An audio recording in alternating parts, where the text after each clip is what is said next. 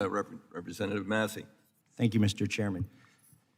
Secretary Buttigieg, I've been driving an electric car for 10 years, and I've had solar panels for 15 years, and I'm really bullish on technology and the way it could help make our country energy independent or more energy independent. But I'm really alarmed at sort of the naivete of those who are promoting rapid adoption of these technologies with our existing infrastructure.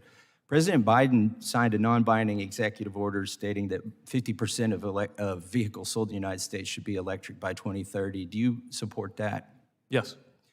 And he also said that by 2035 that 100% of the federal government fleet should be electric. Do you support that? Yes. So which uses more electricity? We're talking about residential electricity here. A refrigerator when it's running or an electric car when it's charging in your garage? I would expect a car. Would you say it uses twice as much or 25 times as much? I would think closer to 25 times as much. Yeah. It's actually 50 at the instantaneous moment, but over the course of a year, if I take the numbers from the U.S. Department of Energy about the average household, how many vehicles they own and how far they drive, over the course of a year, an American household would use 25 times as much electricity for their electric car as they would for their refrigerator if they had 100% adoption. And the average family has 2 vehicles, and this would be if the average family had 2 electric vehicles. Do you think it would strain the grid if everybody plugged in 25 refrigerators in every household? Well, if we didn't make any upgrades to the grid, sure. I mean, if we had yesterday's grid with tomorrow's cars, it's not going to work. It's one of the reasons why we believe that infrastructure includes electrical infrastructure and argued for that to be included, as it thankfully was in the bipartisan law. Do you think by 2030, which is when Biden says 50% of cars sold should be electric, do you think the grid will be capable of handling electric cars? It's going to need to be, and we're working with the Department of Energy every day. We've established a joint office of energy and transportation to map out some of the needs. Obviously, some of this gets outside of my lane, and we've been discussing with, for example, the truck stops that are looking at what their power needs would need to be at an interchange where today they're mainly filling up on gas in order to accommodate that. And then, as you mentioned, a lot of the scenario for this is also residential.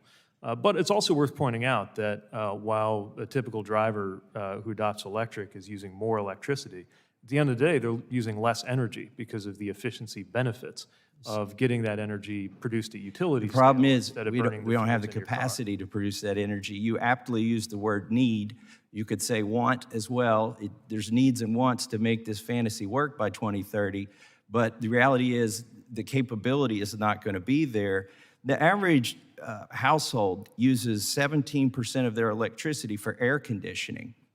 And that would mean the average household uses 1,870 kilowatt hours per year for air conditioning.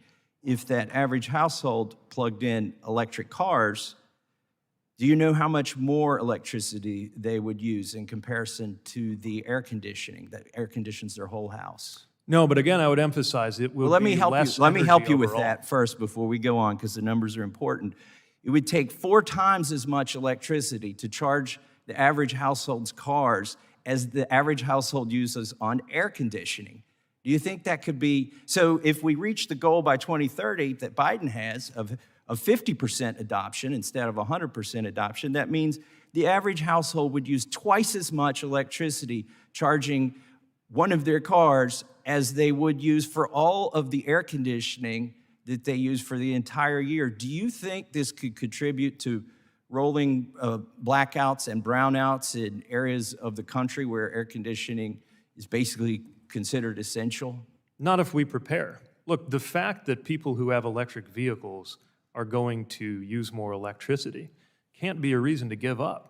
The idea that America is inferior to the other countries that have figured this out just doesn't sit well with us in administration, and that's why we're investing in a better grid. In the time that I have left, let me say, I'm not saying we shouldn't prepare. I told you at the beginning of this, I'm bullish on this technology, but the numbers and the rate of adoption has been developed using political science, not engineering. They're impractical, and if we blindly follow these goals that Biden has set out, it will cause pain and suffering for the middle class. And I yield back, Mr. Chairman. Thank the gentleman. Representative Johnson.